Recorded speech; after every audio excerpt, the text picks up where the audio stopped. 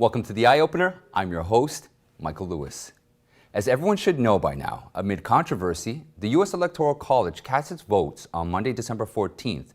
Not surprisingly, the final vote was the same as the so-called results of the November election: 306 votes for Biden and 232 votes for President Trump.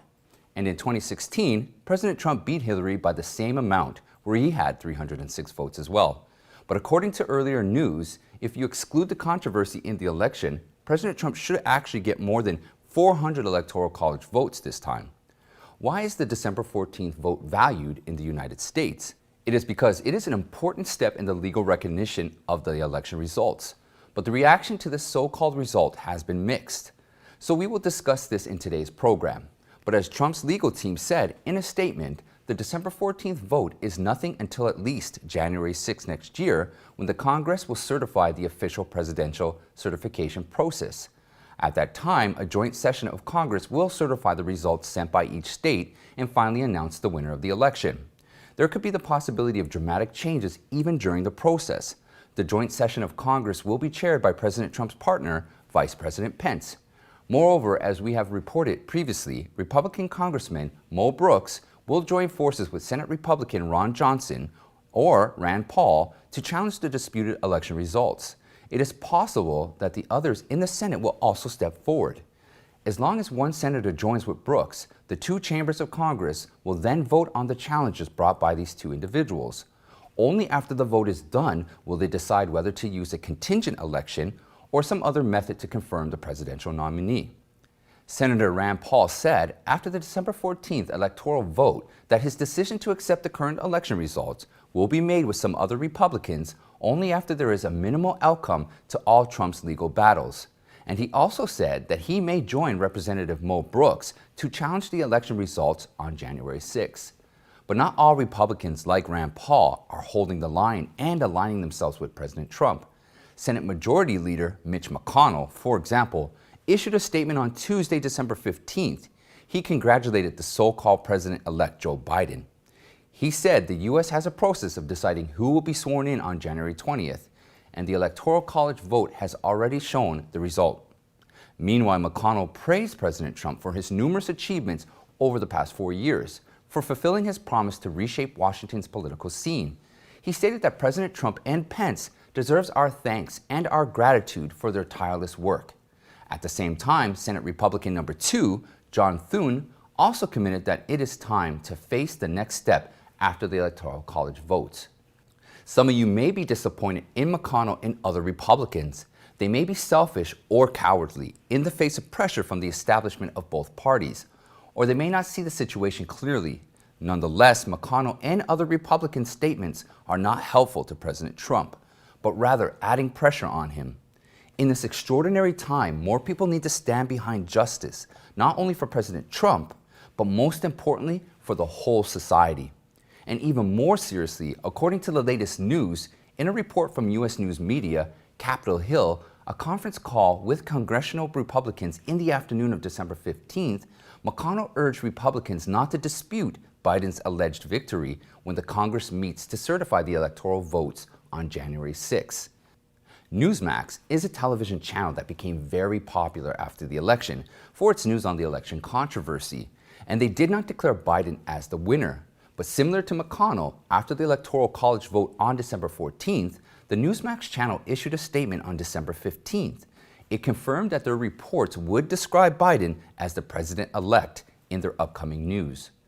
And Biden himself, when he gave his so-called victory speech again on December 14th in Delaware, was frequently coughing, making the few thousand of online audience members nervous and worried. According to one viewer, Biden coughed at least 20 times in less than 14 minutes of his speech. The cough started before the speech and worsened during the speech. Biden's explanation to reporters was that he just had a cold. According to a report, he was tested for the CCP virus last Friday, December 12th, and the results came back negative. In his speech, Biden called for American people to unite and said that President Trump's supporters are not the enemy, they are Americans too, meaning they should be treated equally. But Joe Biden's two German shepherds, Champ and Major, betrayed him. Joe Biden's granddaughter Naomi recently snapped a few photos of Joe Biden's two dogs as they tore into a doll that vilified President Trump. This twisted celebration seems to express a bad omen for Biden. After all, the winner is the one who has the last laugh. Now, President Trump, on the other hand, is still pushing the demand for fairness in the election in various ways. At 12:30 a.m. on December 15th, President Trump tweeted that many Trump votes were routed to Biden. The highly respected Michigan judge released this epic report. True all over the county, this fake election can no longer stand. The Michigan judge to which Trump was referring is the 13th Circuit Judge Kevin A. Alsenheimer, whose district covers Michigan State. On December 4th, he approved a judicial appraisal application filed by a local resident named William Bailey for a forensic examination of more than 16 Dominion voting machines. 22 voting machines got examined, but only 16 were actually used in the election in Antrim County. In addition to voting machines, there was also 22 tabulators, at least 16 CF cards that are similar to SIM cards, 16 USB drives, related software, and other evidence. Their investigation report was released on December 13th, and the results were shocking. Russell Ramsland Jr., co-founder of the Allied Security Operation Group, noted in the report that the Dominion voting machines in Antrim County had an error rate of 68.05%, compared to the maximum error rate of 0.0008% allowed under the error standard published by the Federal Election Commission in 2001. The report also confirms that the Antrim County voting system errors were not caused by human error, but by the system design and software of the voting machines themselves. The Dominion system generated a large number of additional ballot errors on its own. The electronic ballots were then transferred for adjudication without any supervision. The report therefore concluded that Dominion voting systems is intentionally and purposefully designed with inherent errors to create systematic and influence election results. On December 15th, Trump tweets indicated that Antrim County forensic report was big news and that the Dominion voting system was a disaster across the United States. About 28 states across the country use the Dominion voting system, and we can use this case as a key to examine more Dominion voting machines and the systems, and the findings could be quite powerful evidence in court. On December 15th, Dominion CEO John Paulus also appeared at public hearing for the first time since November 3rd for a public online video questioning session. Members of Michigan State Legislature directly questioned the controversial voting company executive, but the response from Paulus was repeated denial of all allegations. He accused the allegations about Dominion of being a dangerous and reckless false misinformation campaign and refuted allegations on Dominion vote tampering between candidates and the company's ties to the Venezuelan dictator. Paulus does not acknowledge any of the Dominion problems, but the controversy surrounding Dominion continues to emerge. On the afternoon of December 14, Sean Hannity interviewed a guest on his radio show who said that the FBI, the U.S. Marshals, and Texas Rangers raided the headquarters of a company called Solar Winds in Austin, Texas. What is the relationship between this company, Solar Winds, and Dominion? And why has the U.S. law enforcement agency suddenly targeted? Here's what happened. The U.S. Department of Homeland Security's Cyber and Infrastructure Security Agency issued a statement on December 14th saying that they were aware of a federal government-wide network breach and that the department was working with various partners, both public and private, to address this situation. I'm sure you've recently seen news reportings that foreign government hackers have attacked the U.S. Department of Commerce and the Treasury Department and other even more sensitive federal departments. After an initial research, the current word in the U.S. media is that it may have been Russian hackers. The hacking of key federal departments was found to have been accomplished through a software system called Solar Winds. Solar Wind is a company headquartered in Austin, Texas. It is mainly engaged in software development systems and information technology architecture, network management, and other businesses. Their major shareholder is the U.S.-based Silver Lake Investment Corporation, which also invested hundreds of billions of dollars in mainland China. It was also the main backer of China Ant Financial Services from the U.S. in its 2018 financing. The company developed a product called Orion, which is a network widely used in the U.S. Office of the President, the State Department, the National Security Agency, the Department of Justice, and even important U.S. military departments. This includes the network of the 5 major military services and the Pentagon, as well as almost all of the above mentioned important federal agencies and some of the major U.S. corporations. Universities, the 5 major accounting firms, and at least 400 of the top 500 global companies in the world are also using the Orion network products developed by SolarWinds. It's this network that was hacked as early as spring. During an update, hackers can monitor network activities, read and write software, delete or add programs or data in the compromised system through SolarWinds Orion network. Any computer connected to software with the Orion network will be affected, and the hackers will be driven straight into it. What is critical to the current election is that the Dominion voting system is also using SolarWinds services. This also provides a possible entry point for foreign countries to interfere with the U.S. election through the Dominion software system. As early as December 13th, the U.S. Network and Infrastructure Security Agency issued an emergency directive to federal agencies that use the SolarWinds Orion network to disconnect it because its hackers were exploiting its vulnerability. It is clear that SolarWinds products pose an immediate and serious threat to U.S. national security. In the wake of the recent incident, SolarWinds CEO Kevin Thompson said he was working with federal law enforcement and intelligence agencies. He suggested that the company's exposure to the security breach may have been linked to foreign state-level hacking campaign that was highly sophisticated and targeted. The public is now eager to know whether foreign hackers, in addition to attacking the U.S. federal government, used the same vulnerability in the Dominion voting system to interfere with the election. Dominion's problems are not only at the technical level, but also at an operational level, where issues continue to be exposed. According to a report by OAN, on December 10, 2020, Governor of Georgia, Brian Kemp, met with the Consul General of the Chinese Communist Consulate in Houston on July 12, 2019. On July 29th, the Governor of Georgia signed a 10-year contract worth over $100 million with Dominion. In June 2020, the New York Times reported evidence that Dominion used numerous lobbying and sales tactics to market its products in order to place their system everywhere. Some have questioned whether it was a coincidence that Brian Kemp signed a contract with Dominion shortly after meeting with the Chinese Communist Party Consul General. Furthermore, the CCP Consul General who met with Brian Kemp was based in Houston, Texas. The U.S. government closed the consulate this summer on the grounds of espionage. Also suspected of having ties to the Chinese Communist Party is Georgia's Secretary of State, Brad Raffensperger. In a tweet, Attorney Lynn Wood stated that even though President Trump has given Kemp and Raffensperger many opportunities to correct their mistakes, they did not appreciate it and will soon be in jail. The tweet was accompanied by a photo of the 2 men wearing masks with CCP flags. The tweet was then retweeted by President Trump. Georgia is one of the most important battlegrounds for President Trump's legal team.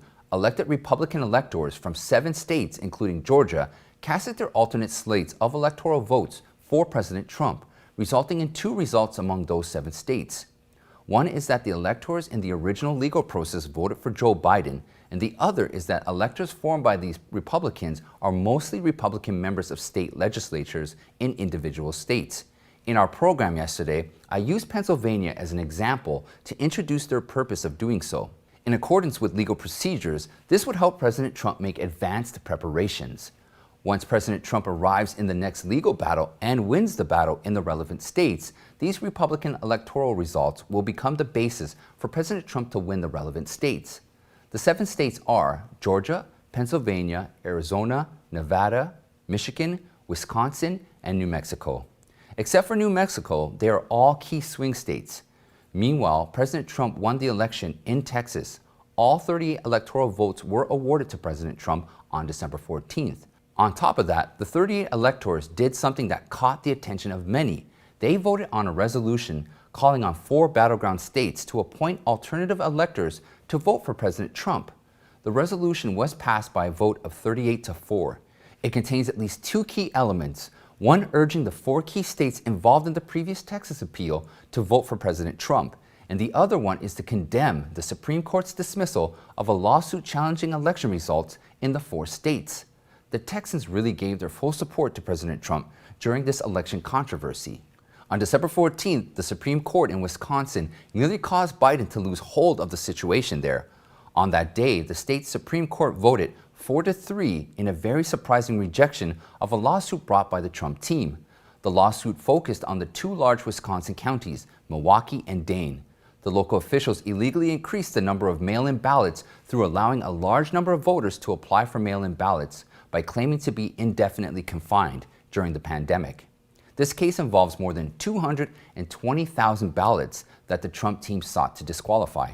In the Wisconsin Supreme Court final vote on the cases, 3 leftist justices voted against it with the addition of 1 conservative justice, while 3 other conservative justices voted in favor of the Trump team's appeal. If that 1 conservative judge did not rebel, the election result in Wisconsin would have been reversed. Biden would immediately lose that state, and his electoral votes would have been reduced by 10. Although it would not change the overall result, it would have been a significant victory in Trump's legal battle and a large boost of morale. It would also set a favorable precedent for the next legal battle. In this state, Trump currently has only 21,000 fewer votes than Biden. In any case, Wisconsin's vote was only 1 vote short, which is more or less encouraging for the Trump legal battle. But as we said in our previous program, Trump has one more move to make, and that is his presidential prerogative. He can initiate a state of emergency to challenge the election results and apprehend traitors in the United States after proving that the Chinese Communist Party or any foreign power interfered in the U.S. election with executive orders signed in September 2018, sanctioning foreign interference in the election. On December 14th, Trump announced in a tweet that Attorney General Barr would be leaving. In his departure letter, Barr did not have any complaints about Trump, but said a lot of good things about him instead. Barr said that Trump's accomplishments during his past 4 years in office were historic and achieved in the face of a relentless and hostile resistance. He said Trump's 2016 victory speech called on his opponents to work together for the good of the American people, but in return, the Democrats went almost all out and launched a fierce attack on Trump that went too far. And he said in this letter that the Justice Department would continue to examine the issues of the election and affirm that Trump was leading the Justice Department in its fight against the Chinese Communist Party's looting of the U.S. economy. Perhaps Barr left because he was exposed by the leftist media for his personal stakes and was no longer fit to stay, or perhaps there was things he was not comfortable doing, or perhaps he was part of the establishment. Yet from Barr's letter to Trump, we see nothing but support for Trump. The real reason for Barr's departure and what he did or did not do may still be worth looking into after the election controversy settles down. At the same time, Trump appointed Deputy Attorney General Rosen, who was in charge of foreign interference in the U.S. election, to act as Barr's deputy. Rosen is well aware of the Chinese Communist Party's infiltration of the United States. In a speech he gave in August of this year, he outlined the 3 C's of Chinese interference in the U.S. election, which stands for coerciveness, covertness, and corruption. This new appointment has obvious intentions. Moreover, the U.S. Department of Defense announced on December 14th that a total of 8 communist hawks, including former Republican Speaker of the House Gingrich, has joined the Defense Policy Board, replacing Kissinger and the others who were swept out by Trump. Given its recent moves, the Chinese Communist Party must be feeling the continuing pressure from the Trump administration as well. On December 11th, during a collective study session at the CCP Central Committee Political Bureau, Xi Jinping again called out political security, which is, in other words, the security of the regime and himself. He mentioned 10 requirements, mainly emphasizing the leadership of the Communist Party and the need to continue to build a so-called national security cadre and to nip the risk early in the bud. The current White House Deputy Chief of Staff, Dan Scafino, often posts metaphorical images, and on the afternoon of the 15th, he posted another video showing a fighter jet escorting a plane. Most of the people who commented below the post speculated that it was taken from Air Force One, where the president was on board. There is a theory on the dark web that Trump is sometimes on Air Force One for safety, as there may be some action going on the ground at the same time. Hopefully, with President Trump's arrangements and Scafino's metaphorical images, people will one day know exactly what's going on behind the scenes. That's it for today, my friends. Make sure to like and share, and if you haven't yet, please subscribe. Also, don't forget to leave your email. Just click on the link in the description. If for any reason we get shut down, I want to be able to continue our friendship. Thanks again, and I'll see you next time.